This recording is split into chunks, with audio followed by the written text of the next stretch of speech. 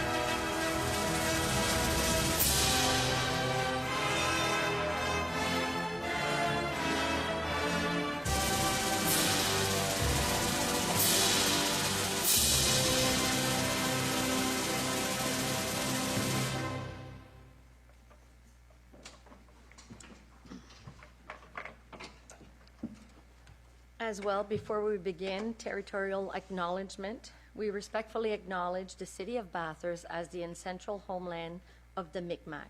Today, these lands are home to a diverse population of Indigenous and other peoples. We also acknowledge with respect the diverse history and culture of the Mi'kmaq in this region. Reconnaissance territoriale. Nous reconnaissons avec respect l'emplacement de la ville de Bathurst en tant que terre ancestrale du peuple Mi'kmaq. Aujourd'hui, ces terres sont hôtes d'une population diverse, comprenant personnes natives du territoire et autres patries. Nous reconnaissons aussi avec respect l'histoire et les diverses cultures du peuple Mi'kmaq de la région. So we were supposed to have a presentation this evening, but I think maybe she must be running late or she forgot, so we will pass it for now and see from there. So, Ms. Parker, do we have any items to be added or removed? There are no items to be added or removed. Perfect. We will go to the adoption of the agenda. Councillor Willett. Thank you, Madam Mayor. I move that the agenda be approved as presented. All right, may I have a seconder? Councillor Knowles. All those in favor signify by saying aye. Aye. Opposed? Motion carried. Ms. Parker, do we have any declaration of conflict of interest? There were no conflicts of interest declared. So we will then go to adoptions of minutes to the regular public meeting held on July 17, 2023. Councillor Burnett. Thanks, Madam Mayor. I would so move that the minutes of the regular public meeting dated July the 17th, 2023 be approved as circulated. Perfect. May I have a seconder? Councillor Branch. All those in favor signify by saying aye. Aye. Opposed? Motion carried. Councillor Burnett again. Special public meeting held on July 31st, 2023. Thanks, Madam Mayor. Just got my pages stuck together here. There we go. I would so move that the minutes of the special public meeting dated July the 31st, 2023 be approved as circulated. All right. May I have a seconder? Councillor Scary. Go to the question. All those in favor signify by saying aye. Aye. Opposed? Motion carried. Ms. Parker, do we have any delegation or petitions? There were no delegations or petitions. Perfect. We will then go to finance. Switch the mic over to Councillor Branch for accounts payable total for July 2023. Thank you, Madam Mayor. I move that the accounts payable totals, including payroll for the month of July 2023, be approved as follows. Operating, $1,040,640. Capital, $190,557. Total, $2,659,996. All right, may I have a seconder? Councillor Willett. Before we go to the question, Mr. Pettigrew. Thank you, Worship. The following is a summary of payments for the month of July. And the Capital Fund, Black & McDonald received a payment of $85,682 for lift station emergency generators. Roy Consultants Limited received a payment of $36,671 for consulting services on different capital projects throughout the city. And St. Isidore Asphalt received a payment of $68,205 for materials for St. Mary's and Basin Street upgrades, for a total in the capital fund for the month of July of $190,557. In the operating fund, Atlantic Coastal Equipment Limited received a payment of $15,094 for an asphalt adhesive sprayer. Bell Alliant Mobility Radio received a payment of $18,170 for internet and TMR radio monthly fees. Chaleur Regional Service Commission received their payment of $29,416, which is for garbage, sludge, and recyclables. Esri Canada received their payment for a GIS software yearly license of $22,759. Micho Petroleum Inc. received a payment of $23,155 for bulk diesel and oil. Minister of Finance received a payment of $73,872 for quarterly services rendered to New Brunswick, to the new Bathurst ward, NB Power received a payment of $125,305 for electricity. Pacquiao Patrons Solutions LP received a payment of $22,633 for annual fees. Secor Athletic received a payment of $43,815 for hockey boards at the KCI Regional Center. Sierra Planning Services Inc. received a payment of $46,470 for the pool feasibility study and recreational master plan. St. Isidore Asphalt received a payment of $30,546 for asphalt pickup and aggregates. WEX Canada received a payment of $18,864 for fuel. Wilson Concrete Pipe 1982 Limited received a payment of $16,227 for manhole frames and covers. Other recurring payments for the month of July include animal control services, repairs, supplies, promoter settlements for tickets for a total of $554,316, for a total in the operating fund of $1,040,640. Total payroll, which is 5 pay periods, was $1,428,798, for a total of $2,659,996. That is my report, Your Worship. Thank you. Councillor Burnett. Thanks, Madam Mayor, through you to our manager. We were told earlier in the year that if the monies went as far as they could this year, that we might get some more paving done in the fall. And I see St. Isidore was credited or paid for some asphalt already on this monthly bill. So are we going to be able to do a few extra streets with our own crews in August or at the end of this?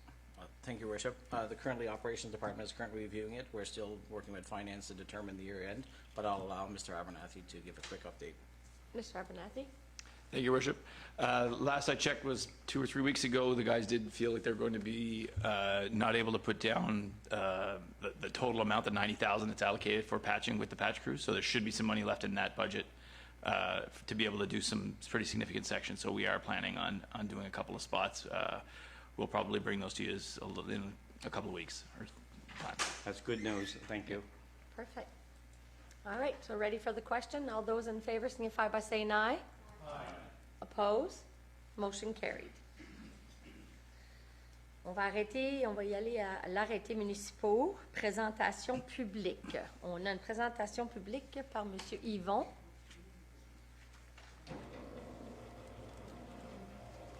Je vous donne le micro.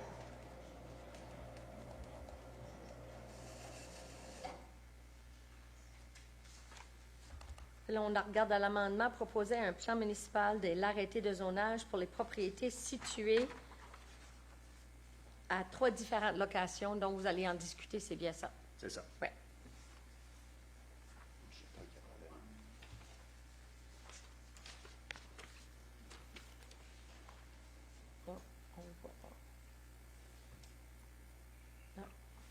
Juste avant que ça commence, moi, mon nom, c'est Yvon Frenette, je suis agent d'aménagement pour la CSR Chaleur.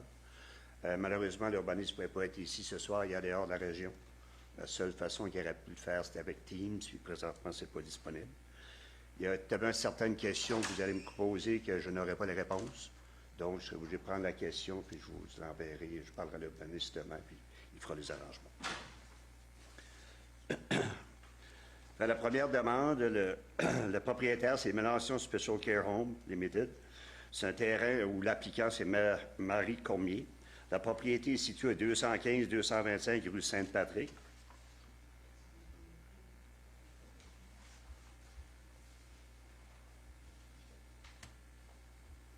Je pèse-tu juste là?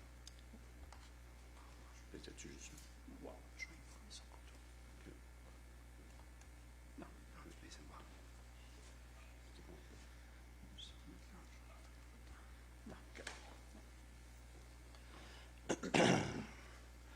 Les propriétés en question sont situées au centre de la municipalité. C'est voisin du bureau de poste au coin de la rue King puis la rue Sainte-Patrick. C'est un petit peu dur à voir sur le dessin, mais vous avez un petit point en orange dessus. C'est là qu'est la propriété comme telle. Bien, on parle de 2 terrains puis qu'il y a un bâtiment sur chacun des terrains. Ils sont reliés par un corridor. Ils sont du côté nord de la rue Sainte-Patrick. D'après les photos aériennes, les bâtiments ont une superficie de plancher d'environ 292 mètres carrés. Présentement, il n'y a pas de bâtiment accessoire sur les propriétés.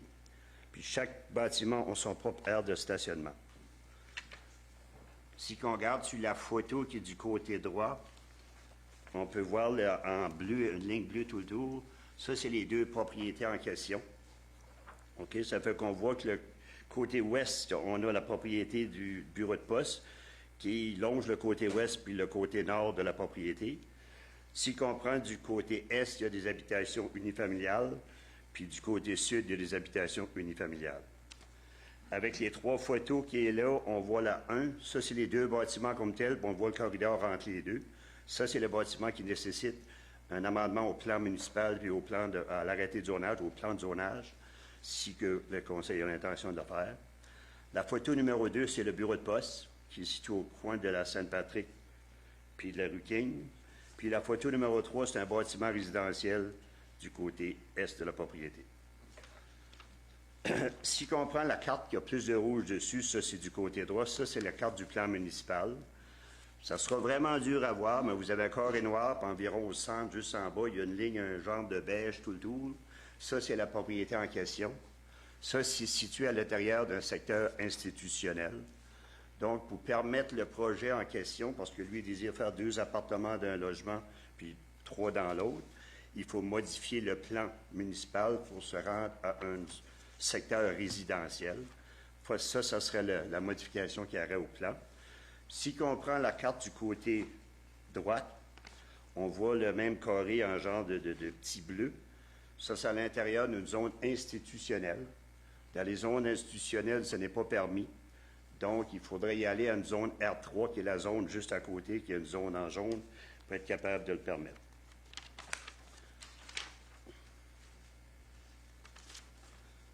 Ça, c'est une carte d'utilisation du sol. Vous allez voir qu'il y a beaucoup de petits points. Ça fait en bleu, c'est les mêmes propriétés. Les petits points roses, c'est des institutionnels. On peut voir dans ce secteur-là qu'est-ce qu'il y a. Les points rouges, c'est des bâtiments commerciaux. Les points noirs, ça, c'est des terrains vacants. Puis les points jaunes, c'est des résidences. C'est pour voir qu'est-ce qu'il y a dans ce secteur-là.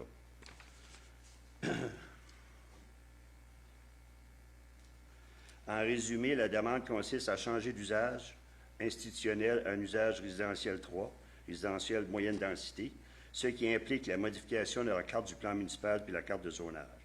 Le but du projet est de convertir le foyer de soins en aménagement le foyer de soins d'aménagement en 3 logements pour le bâtiment qui est au 215 puis en 2 logements pour le bâtiment qui est au 225.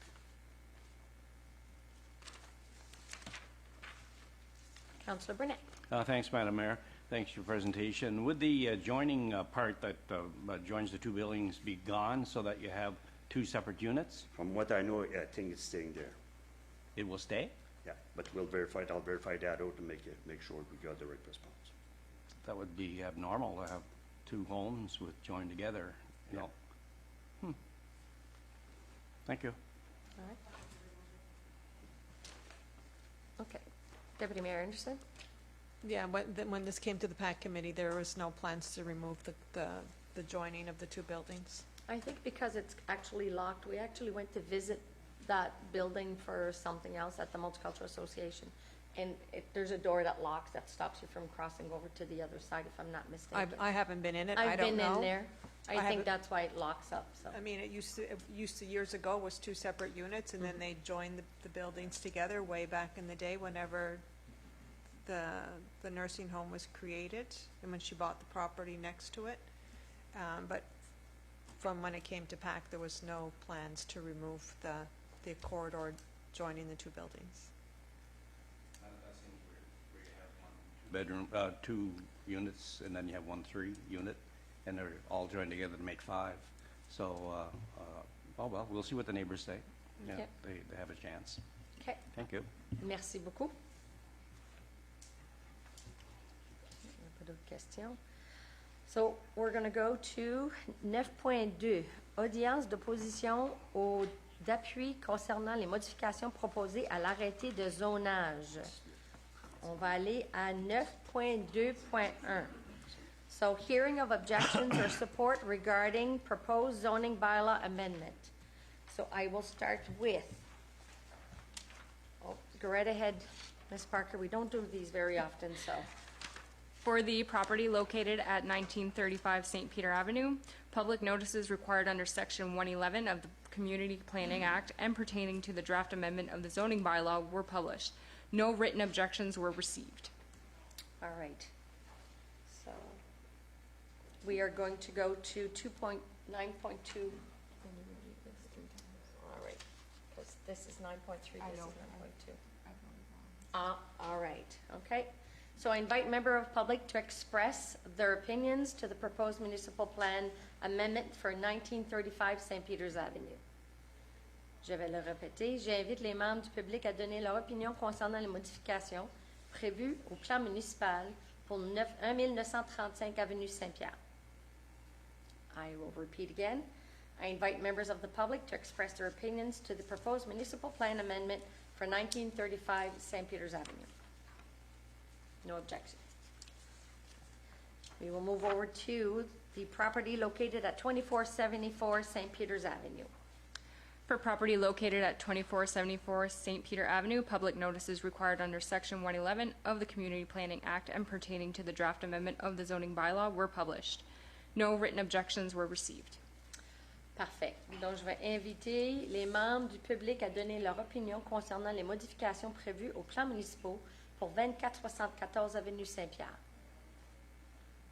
I invite members of the public to express their opinions to the proposed municipal plan amendment for 2474 St. Peter's Avenue. Je vais le répéter une troisième fois.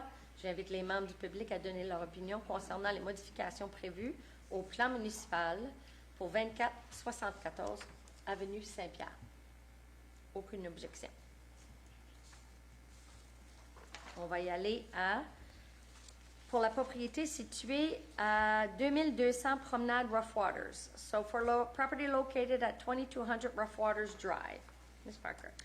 For the property located at 2200 Rough Waters Drive, public notice is required under Section 111 of the Community Planning Act and pertaining to the draft amendment of the zoning bylaw were published. No written objections were received. I invite members of the public to express their opinions to the proposed municipal plan amendment for 2200 Rough Waters Drive. J'invite les membres du public à donner leur opinion concernant les modifications prévues au plan municipal pour 2200 Promenade Rough Waters. Et une troisième fois, j'invite les membres du public à donner leur opinion concernant les modifications prévues au plan municipal pour 2200 Promenade Rough Waters. Aucune objection.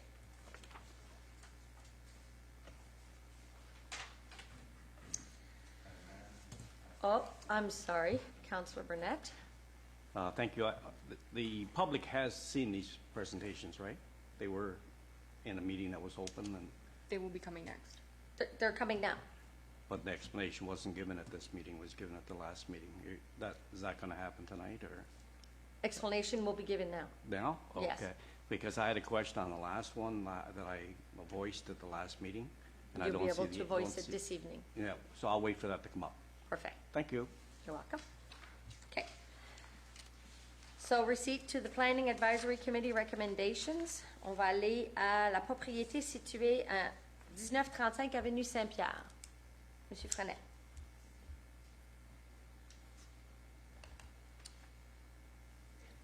Est-ce que vous voulez que je passe la présentation? Si vous Continue la pouvez juste recommandation. discuter un peu, oui. Aucun problème.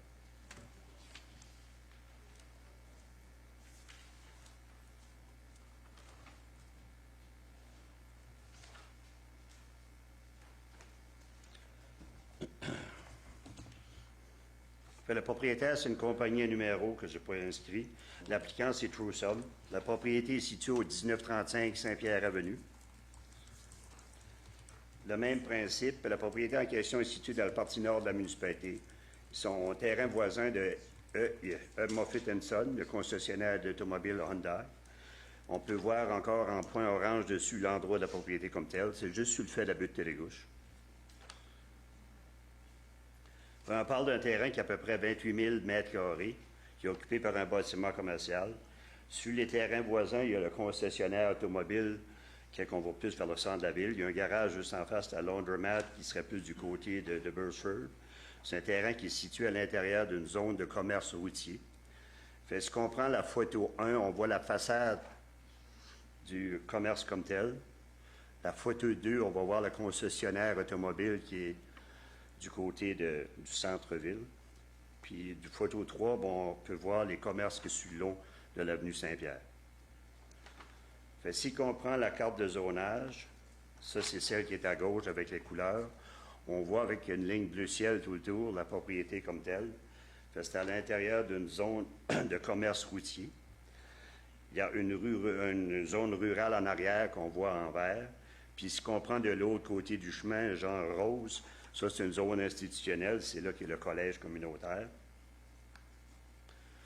La carte d'utilisation du sol, on voit le même principe. Les petits points roses, c'est des institutions. Les points rouges, c'est des commerces.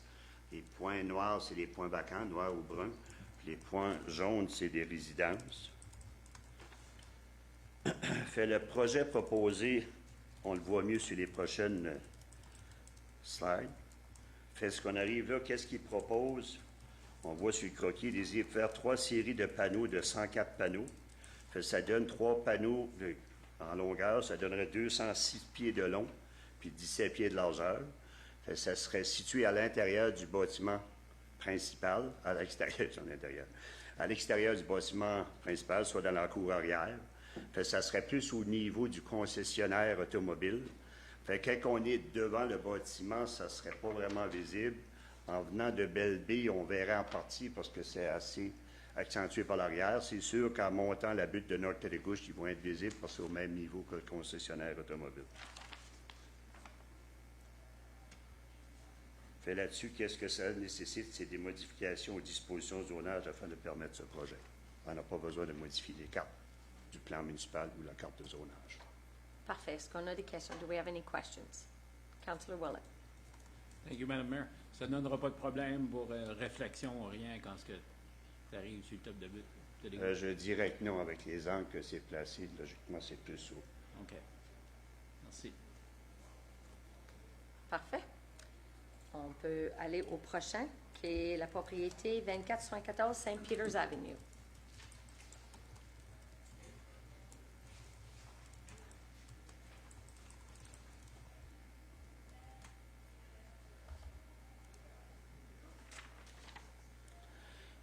Le propriétaire, c'est JK Automotive Limited. L'applicant, c'est Kevin Como. C'est un terrain qui est situé au 2474 Avenue Saint-Pierre. La propriété en question est située dans le partie nord de la municipalité, soit aux limites de la ville de Bathurst ou encore Belle-Baie. Ils sont identifiés avec un cercle en orange. On parle d'un terrain qui est environ 10 230 mètres carrés, occupé par un bâtiment commercial pour la réparation de voitures.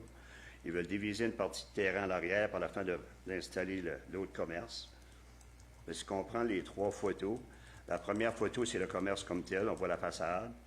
La deuxième photo, elle est prise en direction du centre-ville de Bathurst. Puis la troisième photo, elle est prise en direction de Belle-Baie. Le terrain en question, il est situé à l'intérieur d'un commerce routier. Fait, on voit en arrière de ça, il y a un ruisseau qui passe dans ce secteur-là. Puis en vert, c'est une zone rurale. La carte d'à côté, c'est la même carte qu'on parlait tantôt, c'est une carte d'utilisation du sol. Fait, en rouge, c'est les commerces, puis en jaune, c'est C'est des habitations unifamiliales. M. Comeau, lui, propose de construire 3 bâtiments de 125 pieds par 25 pieds afin d'y aménager des mini-entrepôts.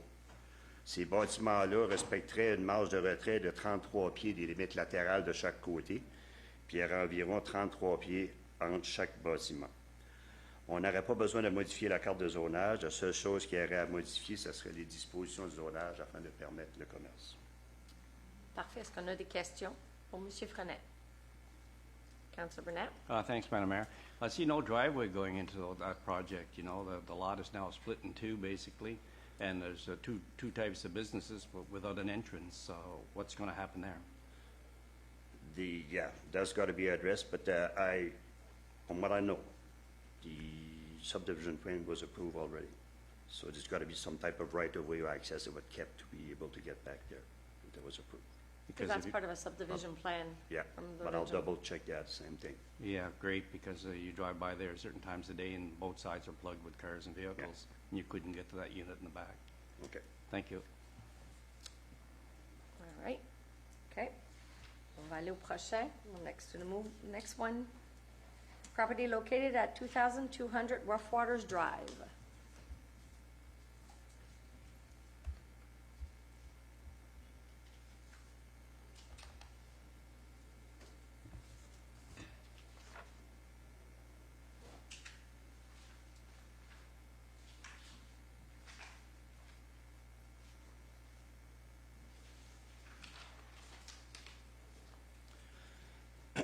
Propriétaire Concilio Développement Incorporé. L'applicant, c'est Sylvain Lagacé. C'est un terrain qui est situé au 2200 ou 2200 Roughwater Drive. Ça, ce terrain-là, il est situé dans le sud-est de la municipalité, soit le long du chemin de Roughwater, et puis près de l'autoroute 11, identifié avec un point orange. La propriété est située du côté ouest du chemin Roughwater. Il y a environ 200 mètres de la route 11. Le terrain est vacant et boisé. Il est desservi par le système d'eau, d'égout et du système d'égout pluvial. La propriété est zonée pour des habitations uni- et bifamiliales.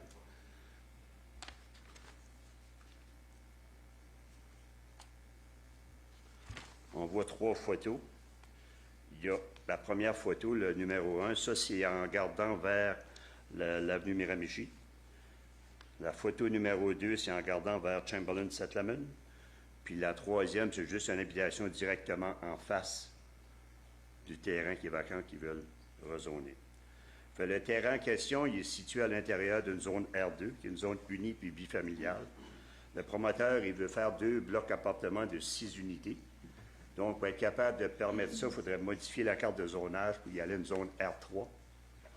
Permettre ça. La carte d'utilisation du sol, si vous prenez du côté droit, vous allez voir, c'est presque tous des points jaunes, donc c'est beaucoup d'habitations. Puis je crois qu'il y a 1 ou 2 points rouges, un petit peu plus dur à voir. M. Lagacé désire faire rezoner la propriété.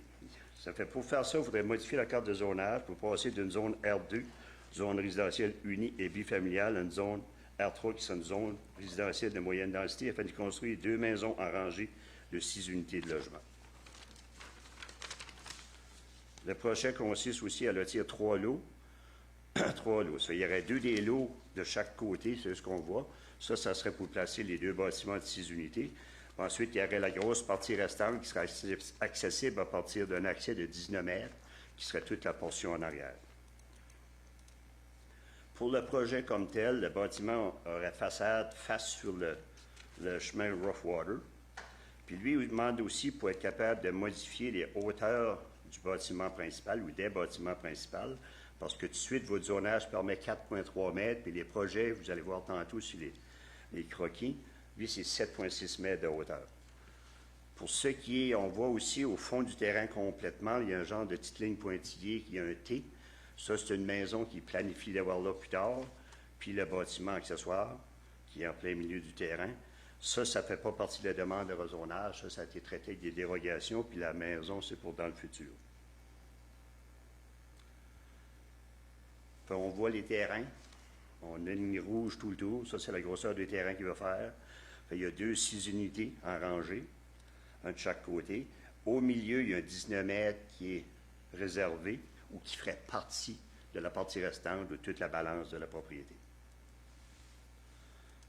Façade du bâtiment, de chaque bâtiment.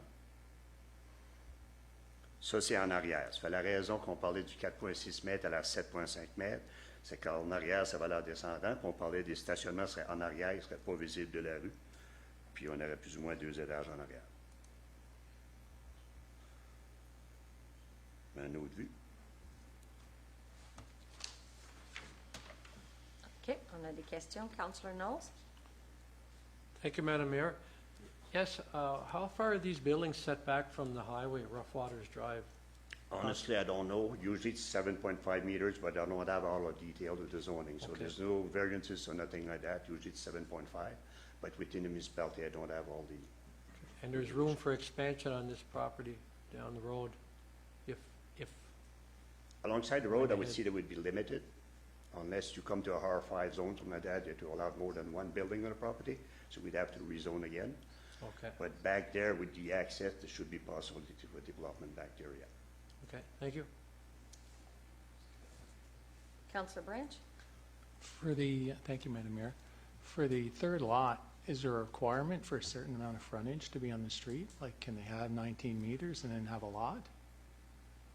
Usually there's a minimum frontage. If you got a water and sewer system, and I'm talking from my area, we assume could be different in Bathurst, you need 18 meters, which is 60 feet. But in this case, with a large lot like that, that would be more reserved as a future street to go back there if you want to develop, because there are all kinds of room to develop other properties. So for a street, like I said, I'm talking my area, you do have a minimum within your subdivision bylaw. We have 20 meters. I don't know what's the regulation in Bathurst. But usually it's a minimum width. For a lot, usually you got a minimum width, yes. So to develop that street, then he To would have develop to that put in street a up to the street, standard and he of the would have to put municipality. in the water and sewer back, and Yes. And that could be another problem, because if there's a slope like that in the back, I don't know how deep the slope goes. Is it possible to have the sewer system installed in there? Are you talking acre lot instead of, so it all depend after that within your development plan and zoning bylaw, what's the description in there? I guess one follow-up question from our standpoint, there's no liability or anything to approving the rezoning? Well, Because no. No, we're just going to the first reading this evening. Yeah. And as far as the 19 meters, that's basically a driveway to access his house in the back when he builds, for now. Okay. I'll go to Deputy Mayor Anderson because she does sit on PAC.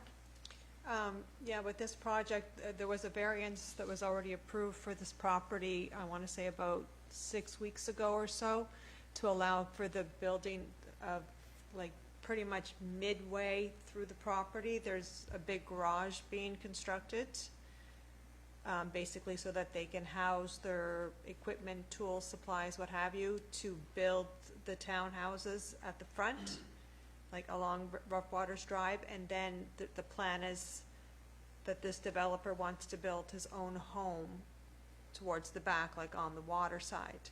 Right now, there's no plan to build anything else other than these townhouses. And should he choose to want to try to do that later on, it'll have to come back to PAC. Like, he's just not going to be able to start firing up houses. It has to come back to PAC. And the reason for the accessory building, usually an accessory building is accessory to the main use, but you gotta have a house to have an accessory building. Yeah. So that's what's. So that's why he needed the variance, because you can't put up an accessory building without having a house on the property. So if you want to do that kind of backwards, you need to have a variance for it. And the reason for that was to, like I said, equipment there to clean out the road, be able to house the supplies and the equipment they need to build the townhouses out front. Yep, Councillor Branch? Thank you. I get that, and I'm aware of that, but I'm asking just, because personally, like, I also own a piece of land, and when I went to the Service Commission, I was told that you needed a certain amount of frontage, and that if you didn't have that amount of frontage, you would have to put, like, a street into provincial standards, and that's just why I was asking about, like, the third piece of land, right? If he's, you know, if you can put a residence just on with a 19-meter wide piece of property not having the frontage. But again, I mean, if we're not voting on that tonight, I'm fine with that, right? This will come at another date. All right. Councillor Burnett? I had two concerns. One is that accessory building being built first. Could that end up being a warehouse there forever, or would there be timelines that he would have to start the buildings in front? You know, because he could put that warehouse in there and just leave it alone. Unless the PAC put any condition in it, usually it could be there for a while. That's gonna Can have it to be used as a warehouse or something like that? The zonings are gonna control that because the property, let's say zone residential, you allow certain use, okay? But you cannot start commercial activity back there unless it's rezoned. There was conditions put on putting up the accessory building. I can't remember exactly what the conditions were. Yeah. But that is something that's decided by PAC. It's not something that comes to council anyway, and the variance was already granted for it with the conditions. Because in the past, we've had some concerns over accessory buildings in that area being put up, and then nothing followed through after. So I have a concern there. My second part is the townhouses. Boy, they look good. We need the places too for people to live, and those look excellent.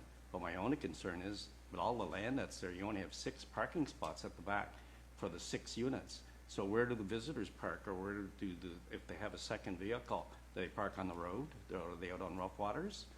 So the area, you know, are they to be concerned about parking there? Because I can't understand why there wouldn't be like 12 parking, 2 for each unit. And I'm not telling them what to do, but it just seems like that there's not enough for those units there, and there's lots of land to do it to take care of that problem. This is something that can be brought back. I'm sure it's a detail on parking, adding more parking. Okay. Yeah, just I asked that question last time, and I thought that, you know, they might have gone back and looked at that to see what the story is, and do they plan to have further parking? Seems to me logical that most families now today have 1, 2 vehicles, and we really want those homes, but we want them to be livable and useful to today's standards. Yep. You know. Thank you.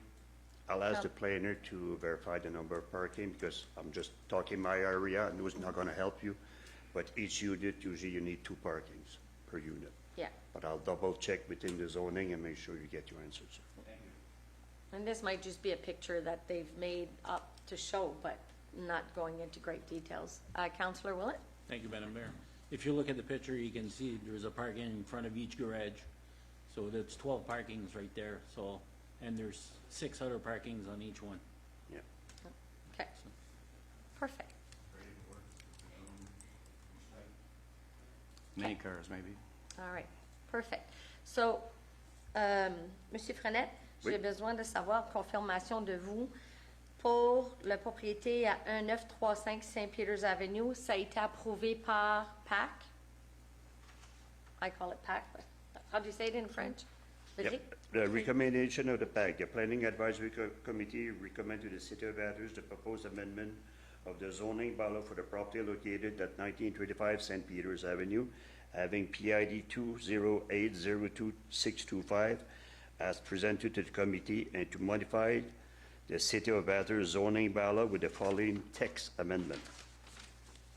Within definition, solar panel, equipment or structure designed to absorb solar radiation to produce energy or electricity or heat. Provision to be added after section 3.4.5 bracket 7, heating equipment. 3.4.5 bracket 8, solar panel.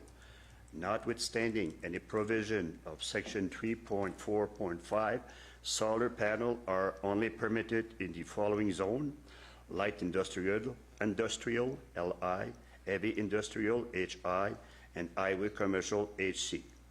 They are subject to the following condition. 1, solar panel may be installed on the wall and or on the roof of building respect the setback provided for the building of which they are installed, and respect the following condition.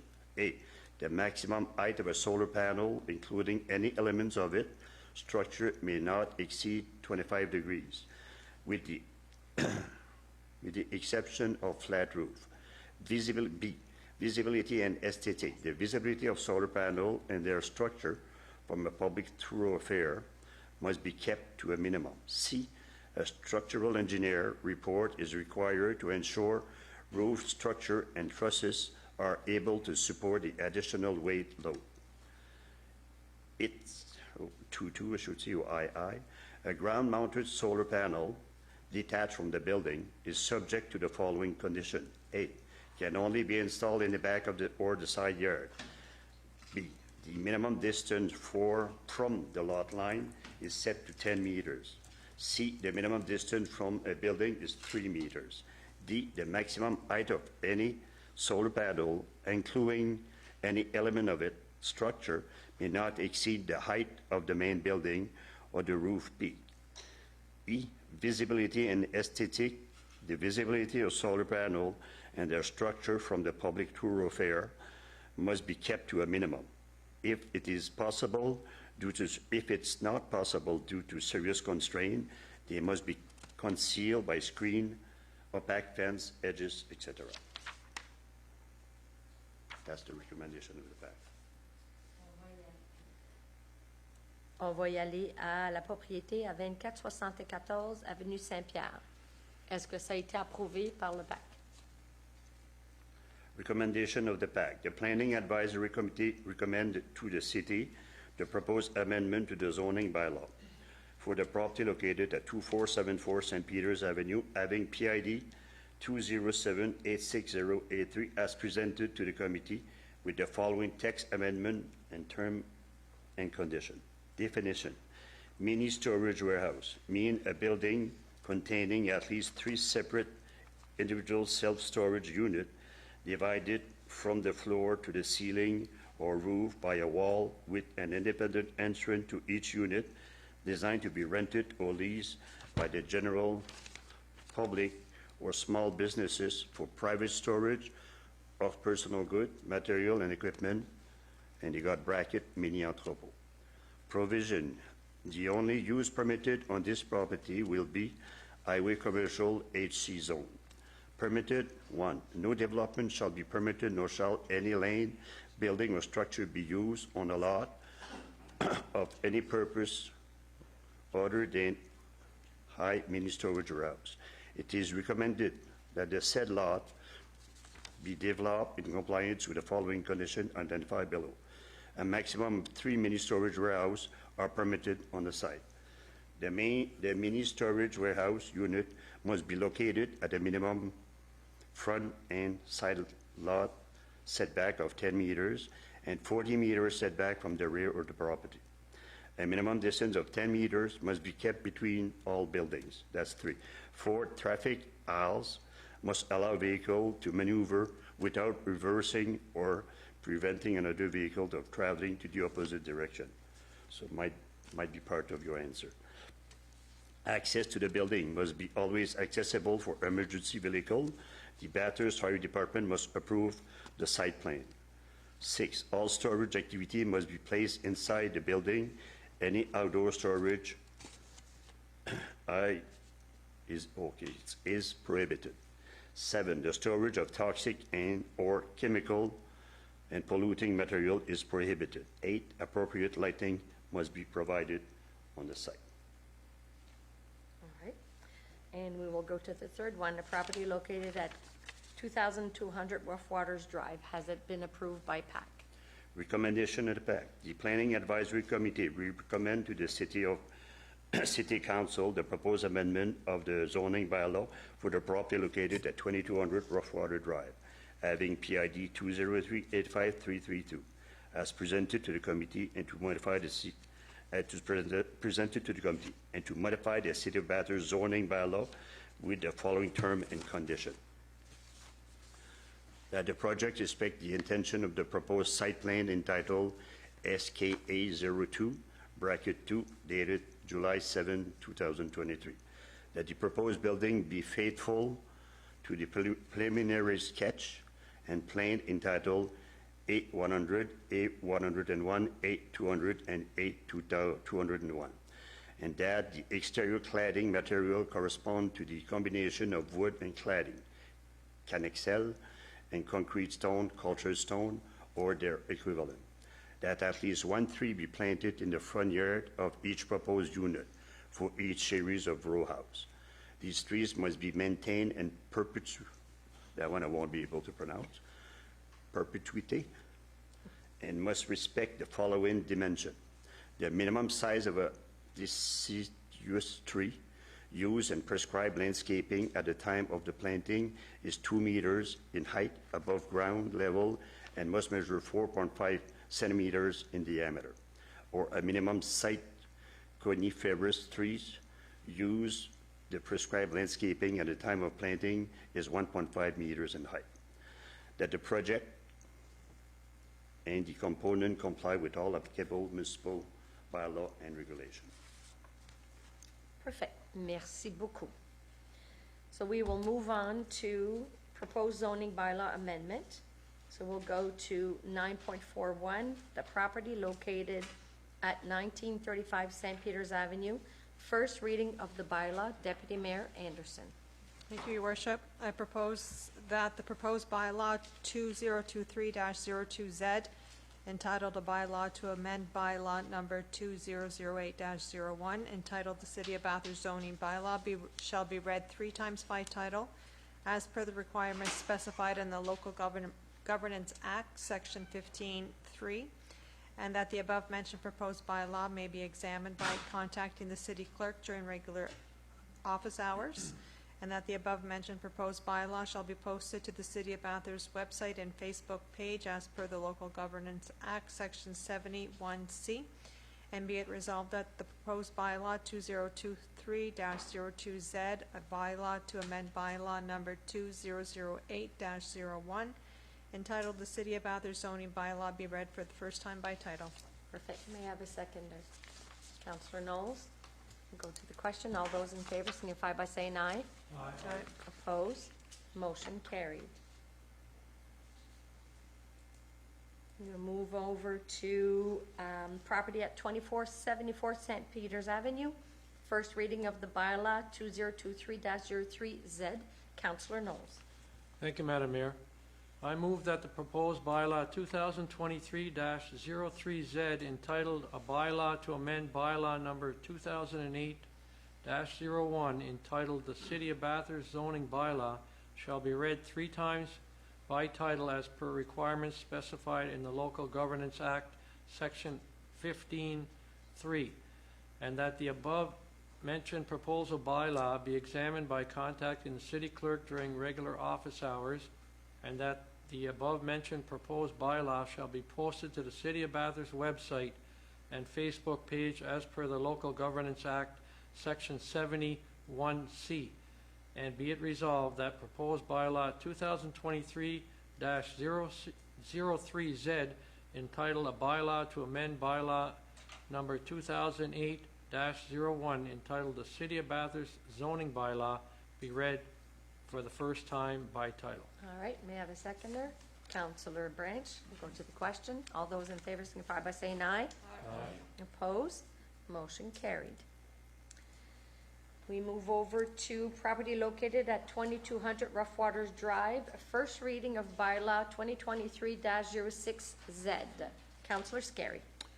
Thank you, Your Worship. I move that the proposed bylaw 2023-06Z, entitled a bylaw to amend bylaw number 2008-01, entitled the City of Bathurst zoning bylaw, shall be read 3 times by title as per requirements specified in the Local Governance Act, Section 15(3), and that the above-mentioned proposed bylaw may be examined by contacting the city clerk during regular office hours, and that the above-mentioned proposed bylaw shall be posted to the City of Bathurst website and Facebook page as per the Local Governance Act, Section 71C, and the purpose of the above-mentioned proposed bylaw is to change the designation from residential single or 2-unit dwelling, R2, to residential medium density, R3, in the zoning bylaw to allow for residential development for a portion the property located at 2200 Rough Waters Drive, having PID number 20385332. Be it resolved that the proposed bylaw 2023-067, entitled "A Bylaw to Amend Bylaw Number 2008-01, entitled "The City of Bathurst Zoning Bylaw," be read for the first time by title. All right, may I have a seconder? Councillor Willett. All those in favor signify by saying aye. Aye. Opposed? Motion carried. We move over to bylaw 2023-05, a bylaw relating to the repeal of bylaw 2005-16, entitled "The Bylaw Relating to Hunting in the City of Bathurst." Councillor Willett. Thank you, Madam Mayor. I move that the proposed bylaw 2023-05, entitled "A Bylaw Relating to the Repeal of Bylaw 2005-16, a bylaw relating to hunting in the City of Bathurst," shall be read 3 times by title as per requirements specified in the Local Governments Act, Section 15(3), and that the above-mentioned proposed bylaw may be examined by contacting the city clerk during regular office hours, and that the above-mentioned proposed bylaw shall be posted to the City of Bathurst website and Facebook page as per the Local Governments Act, Section 71C, and that the purpose of the aforementioned proposed bylaw is to repeal bylaw 2005-16, entitled "A Bylaw Relating to Hunting in the City of Bathurst." Be it resolved that proposed bylaw 2023-05, entitled "A Bylaw Relating to the Repeal of Bylaw 2005-16, a bylaw relating to hunting in the City of Bathurst," be read for the first time by title. All right, may I have a seconder? Councillor Legacy. Goes to the question. All those in favor signify by saying aye. Aye. Opposed? Motion carried. On va aller à la résolution provisoire. Eh, mon Dieu. So P1989-05, recording devices in council chambers. Councillor Legacy.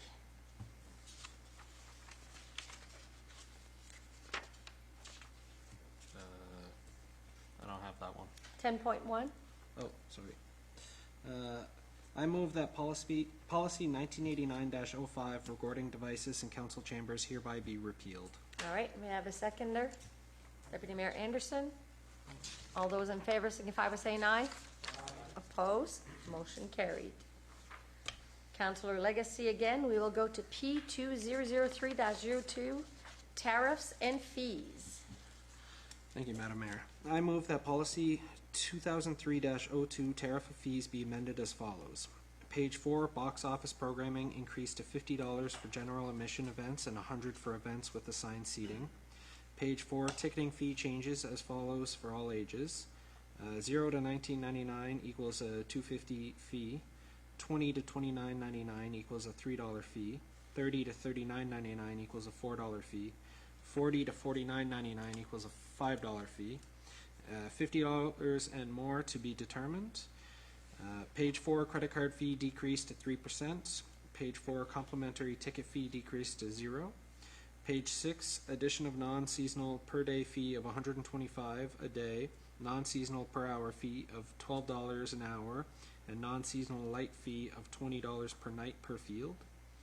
Page 6, removal of maintenance requests for weekends, holidays to be replaced by addition of individual maintenance requests over and above routine maintenance fee of $125.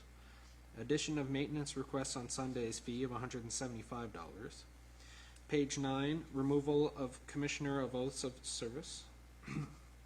Page 10, addition of the following fees. Pumper tanker, $350 an hour. Ladder truck, $400 an hour. Rescue units, $300 an hour. Support vehicles, $100 an hour.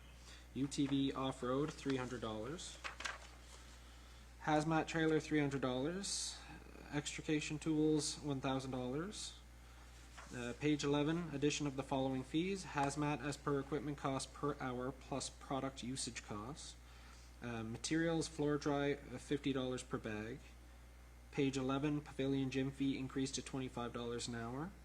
Be it resolved that members of council approve the above-mentioned changes to policy 2003-02, tariff of fees as of August 22nd, 2023. All right, so may I have a seconder? Councillor Branch, go to the question. All those in favor signify by saying aye. Aye. Opposed? Motion carried.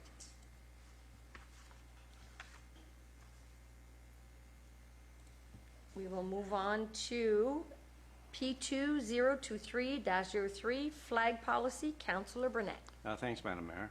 Whereas the City of Bathurst recognizes that flags are important symbols of honor and pride and must be treated in a respectful and consistent manner, and whereas the city supports half-masting as an expression of collective mourning and a sense of loss that is shared by all residents of Bathurst, I would so move that members of council approve policy P2023-03 entitled Flag Policy as attached hereto. All right, may I have a seconder? Councillor Knowles, go to the question. All those in favor signify by saying aye. Aye. Opposed? Motion carried. We move over to T005-23, snow plowing City of Bathurst streets. Councillor Branch. Thank you, Madam Mayor. I move that tender T005-23, snow plowing City of Bathurst streets be awarded as follows for a 3-year term. Plow route number 1 downtown to J&J Branch Contracting Limited for the amount of $111,150 plus tax. Plow route 4 St. Peter's and Selective to Roy Excavation Incorporated for the amount of $87,750 plus tax. Plow route 5 St. Anne and Selective to Roy Excavation Incorporated for the amount of $87,750 plus tax. Plow route number 6 Bridge Street and Selective to Chaleur Lines Limited for the amount of $107,250 plus tax.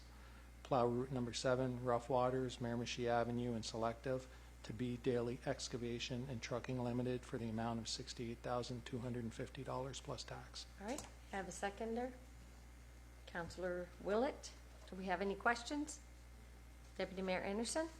Just a question, and it'd be through to Mr. Abernathy. How many hours are associated with the contracts for each one of these contractors? Oh, hold on, I'll give you the mic, Mr. Abernathy. Okay. Thank you, Your Worship. Excuse me. There's a minimum amount of hours that is paid out, so there's a minimum of 130 hours per contract. Every year there's a reevaluation of how many hours are actually used on which routes, and so the routes this year were adjusted compared to last year. So basically the amount of kilometers and turns and average amount of hours taken to be done to do each run is taken into consideration when they're changed for the next year.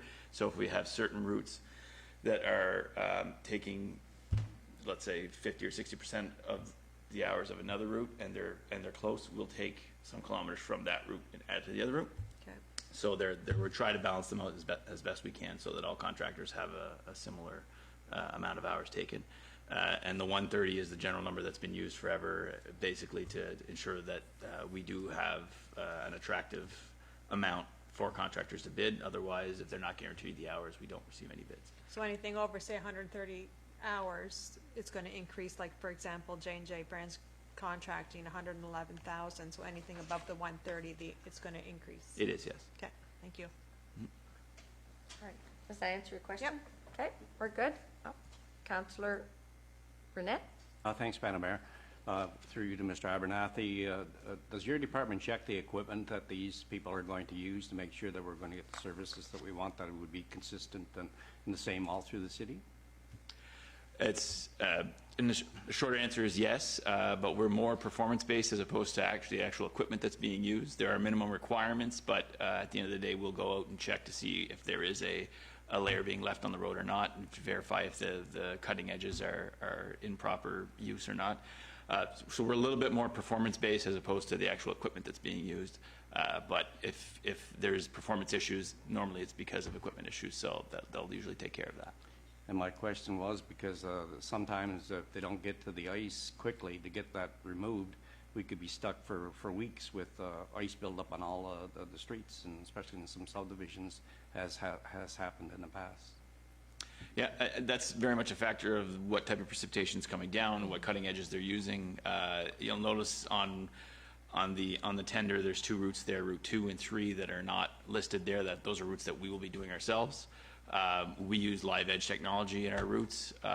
It will be evaluating over the next few years if that's going to be a requirement of contractors as well. It's quite a bit more expensive, but it does give you a much better product. So that may be something we're asking contractors to invest in the future if it does reduce the need for sand and salt and like you said, ice removal in the future as well. Thank you.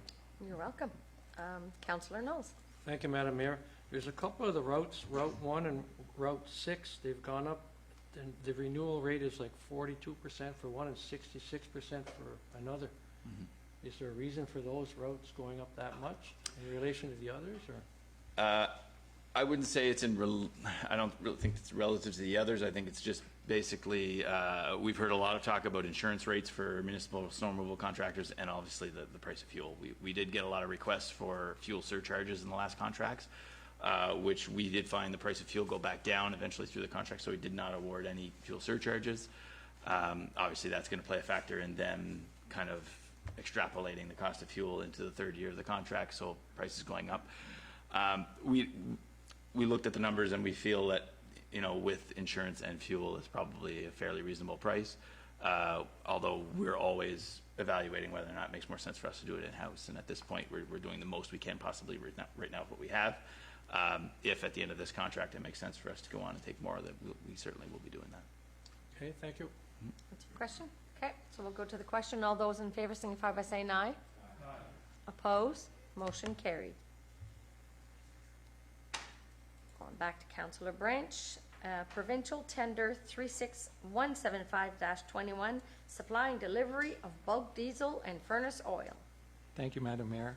I move whereas the province of New Brunswick has entered into a contract of supply with one or more suppliers for the supply and delivery of bulk liquid fuels in accordance with tender 36175-23, and whereas the provincial tender offers a piggyback clause for municipalities to take advantage of pricing, and whereas the term of this agreement is from September 1st, 2023 to August 31st, 2025, with 3 one-year optional renewals, be it resolved that the City of Bathurst awards the purchase and delivery of bulk fuel to Irving Oil as per tender 36175-23.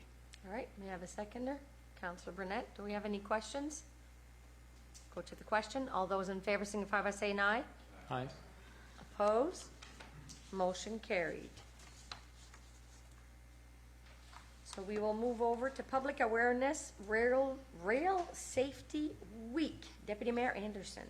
Thank you, Your Worship. I move that whereas Rail Safety Week is to be held across Canada from September 18th to the 24th, 2023, and whereas 232 railway crossings and trespassing incidents occurred in Canada in 2022, resulting in 66 avoidable fatalities and 43 avoidable serious injuries.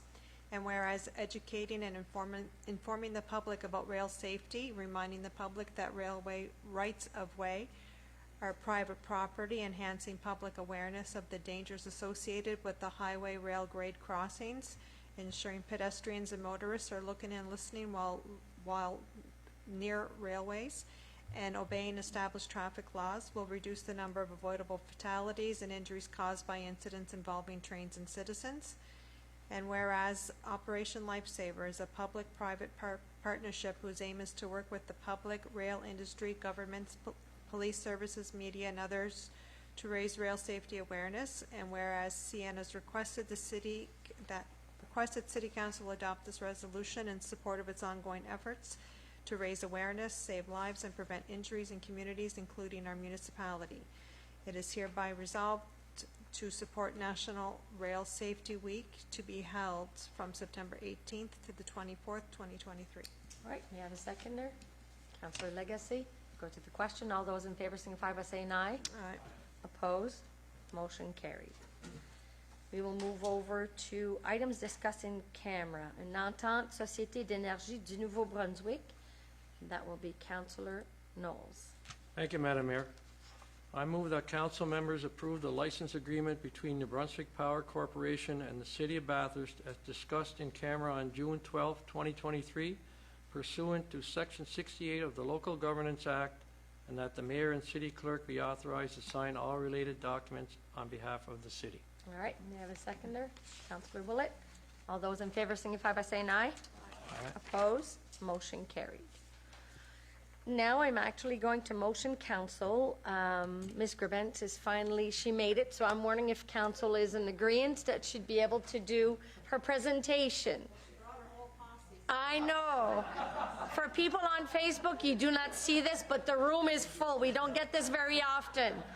So as it's coming in, we're like, oh no, we gotta let her speak tonight.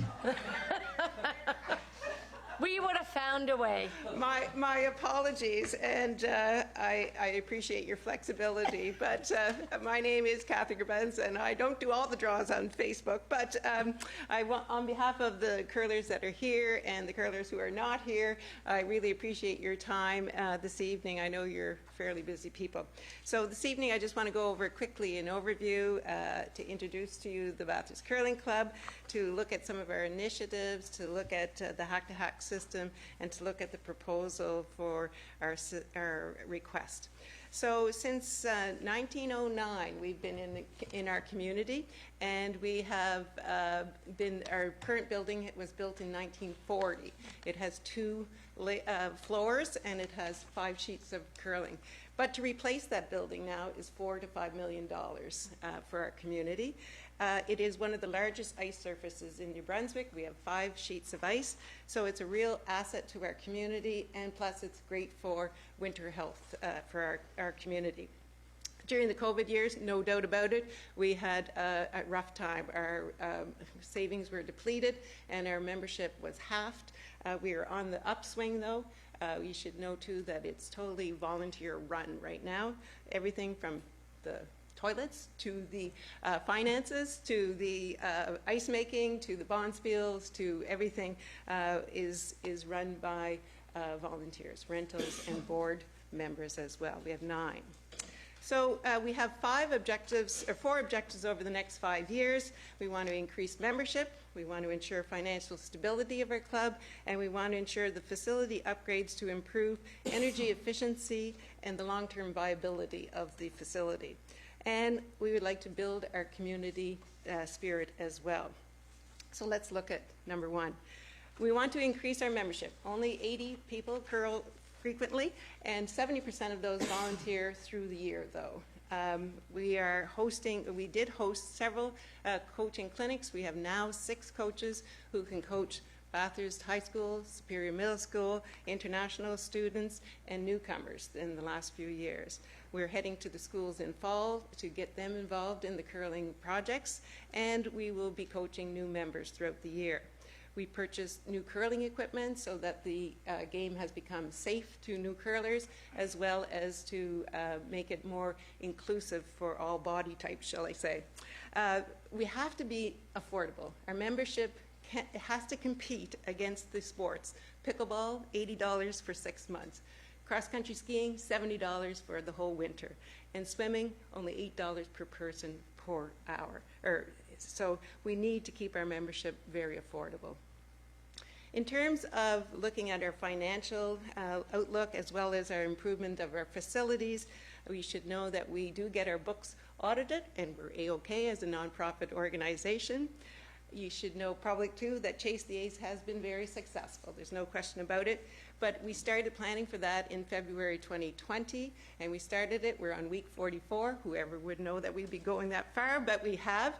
And it shows our commitment to the improvement process. We wanted and have always designated that money to capital improvement, because we need to improve the facilities in terms of the temperature or climate of the building. We need to look at the humidity controls. We need to look at the plant facility. So we're going to be guided by the consultants that we will hire to make sure that the plan is solid, so that the facility is comfortable and long-term viability. But the Chase the Ace has also given us a tremendous opportunity for publicity for us, and we've seen a lot of upticks on Facebook, there's no question about it. Publicity for our 15 vendors who have been selling tickets for the 44 weeks, and for our nonprofits. We chose to be having them included in the nonprofit sector because we wanted to make sure that we were community members. And we have given to date $27,000 plus to those organizations.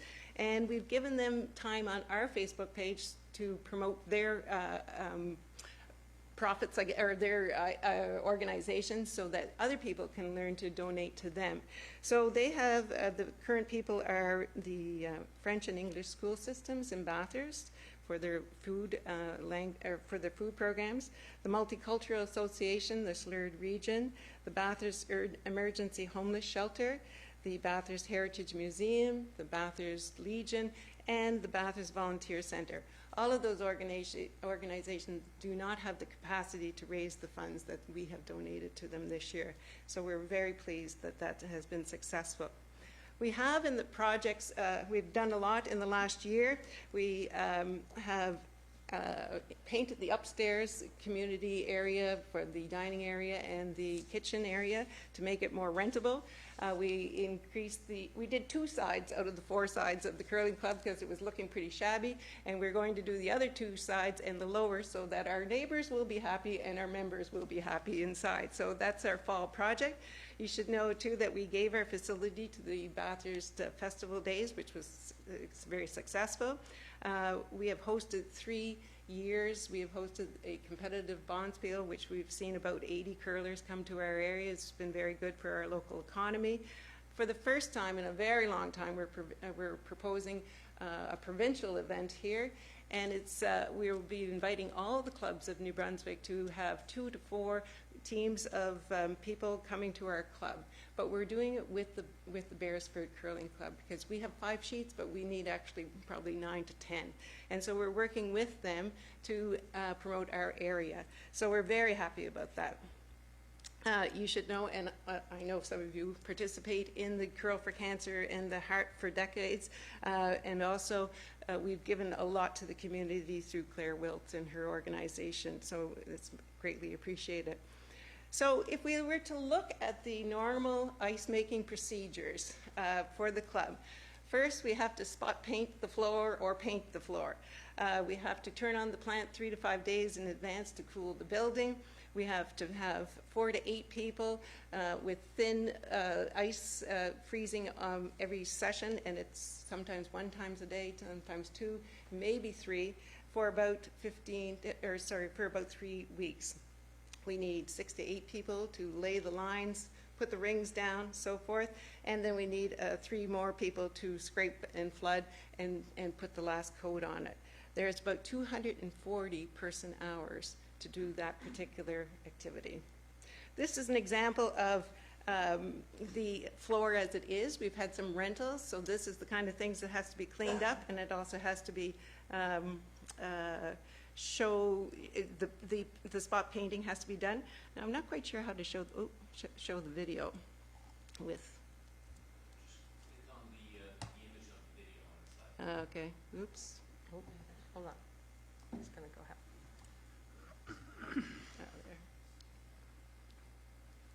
Okay, so this is an example of what we're proposing. This is called the hack-to-hack system. It's the Easy Sheets, it's called. And what it shows you is it's so nice, white and bright. And so the ice will be nice, white and bright. And it'll be great for our provincial organization, but you can also see that the rings are there, the lines are there. All they're doing is hauling it out and putting it in. We'll be able to pull it in on racks in the springtime. So it's a much more efficient way. It uses half of the water and therefore half of the energy, half of the number of people required to paint or to produce the ice.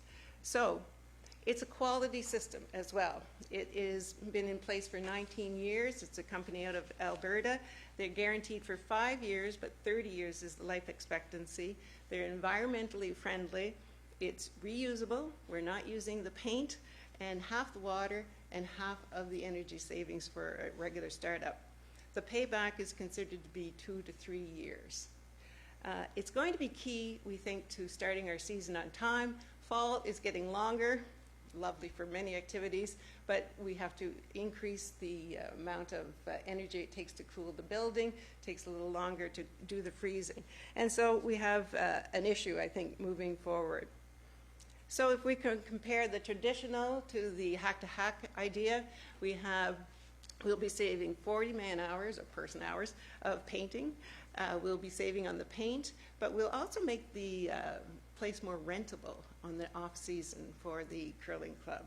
We'll be saving 10 to 15 hours in the laying of the rings and the lines. Instead of 200 hours for flooding of the ice, it'll be 100 person-hours. We'll save half of the water bill, 800. We'll save 12 to 13 days per year in a startup, which for our aging system as we move forward, it's very good on our plant. And MB Power has a non-demand supply cost. If you started in October, they automatically charge you for the full $3,000 to $4,000 a month. But if we can squeeze it into November in an hour and a week and a half, then we're saving that money.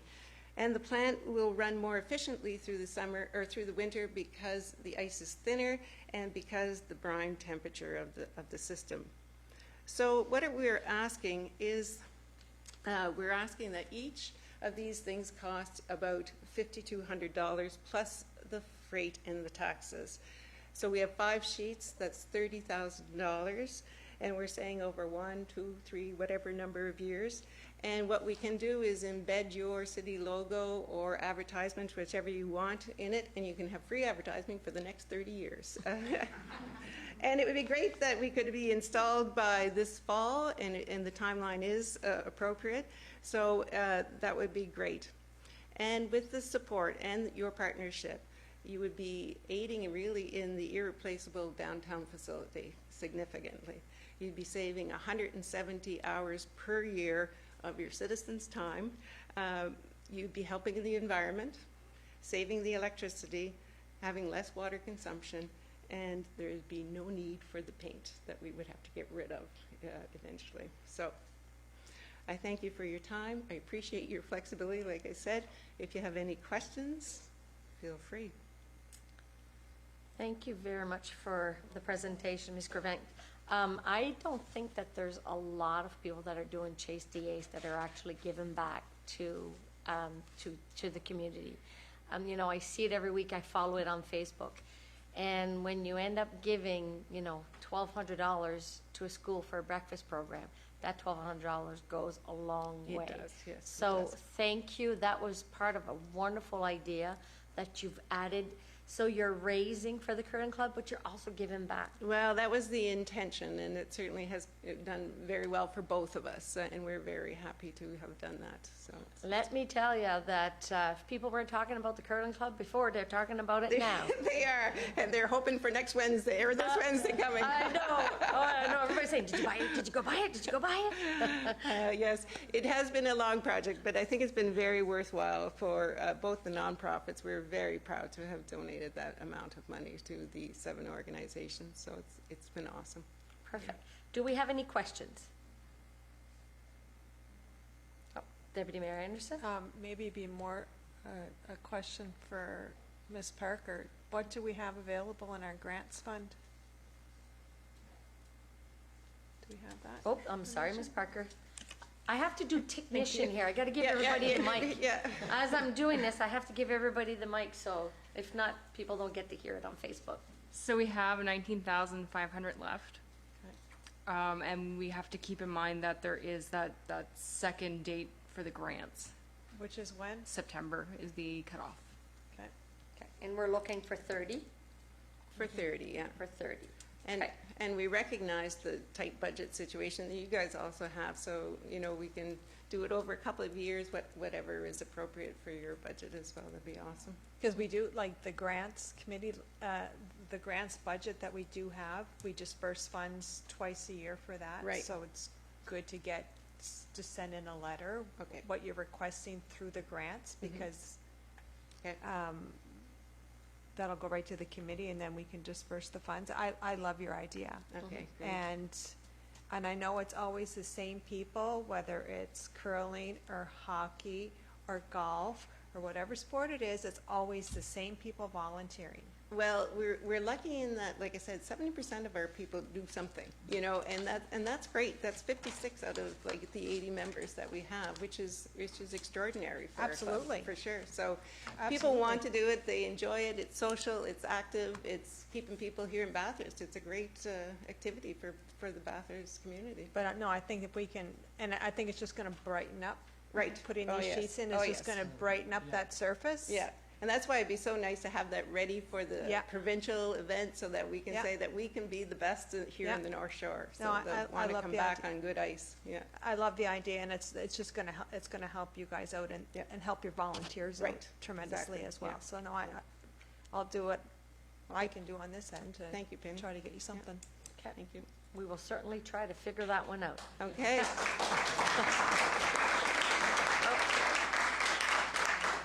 Mr. Pettigrew has something he would like to add.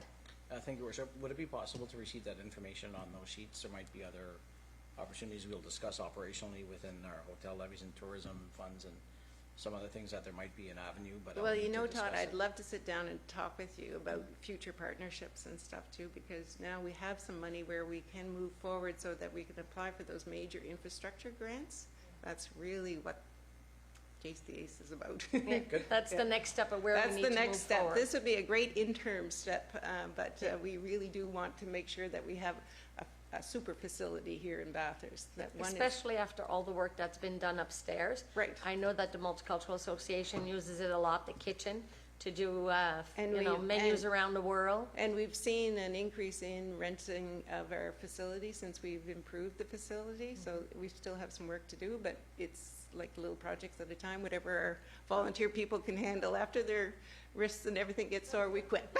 Yeah, exactly.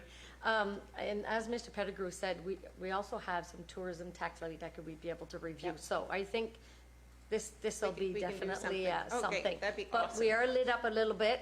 Yep. So Yep. Councillor Burnett. Thanks, Madam Mayor. Thanks for your presentation. Well done.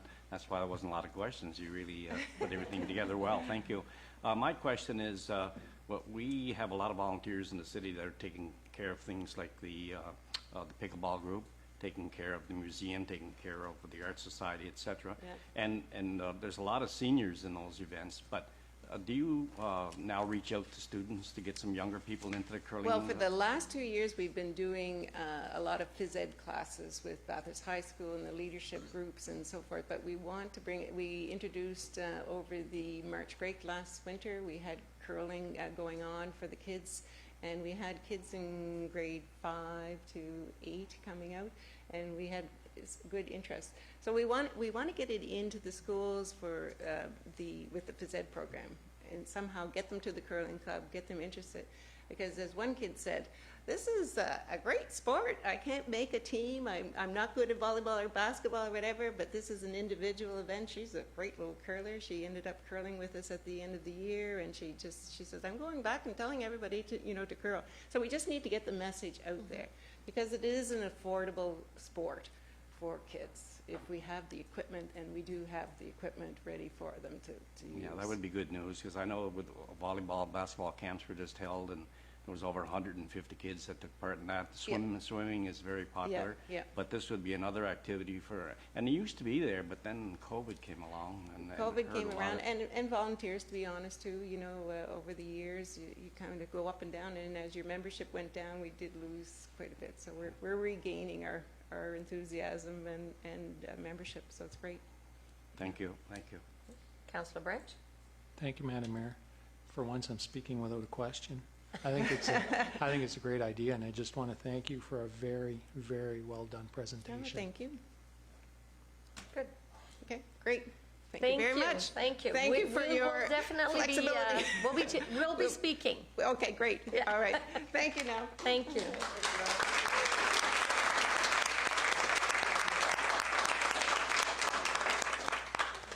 That's one of our champions right there. Yep, and you're all champions. Thank you. Bonne soirée. Yeah. Okay.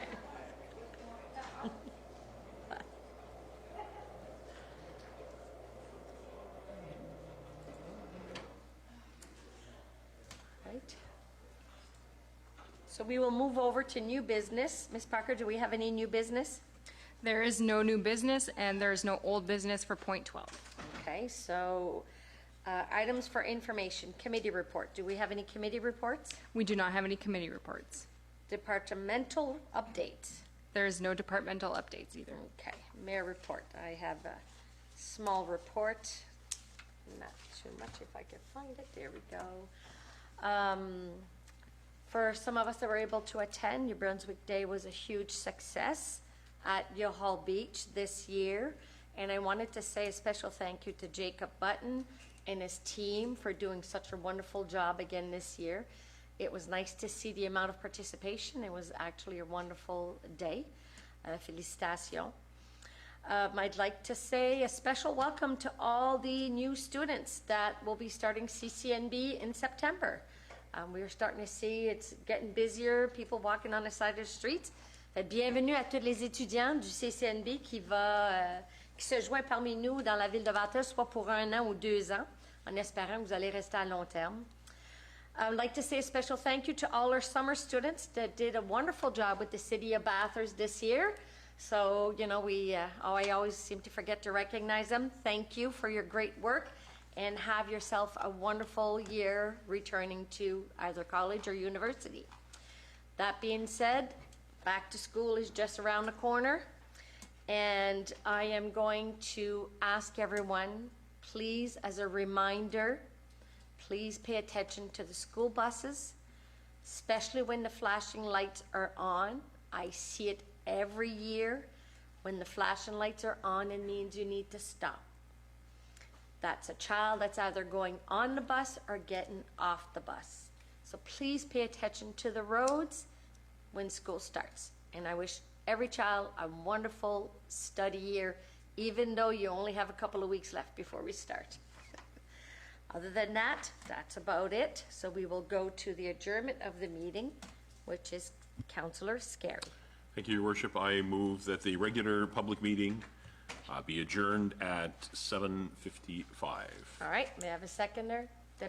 Deputy Mayor Anderson, yes, because Councillor Hondas is not here. So all those in favor signify by saying aye. Aye. Opposed? Motion carried. Have a wonderful evening, everyone. So this here.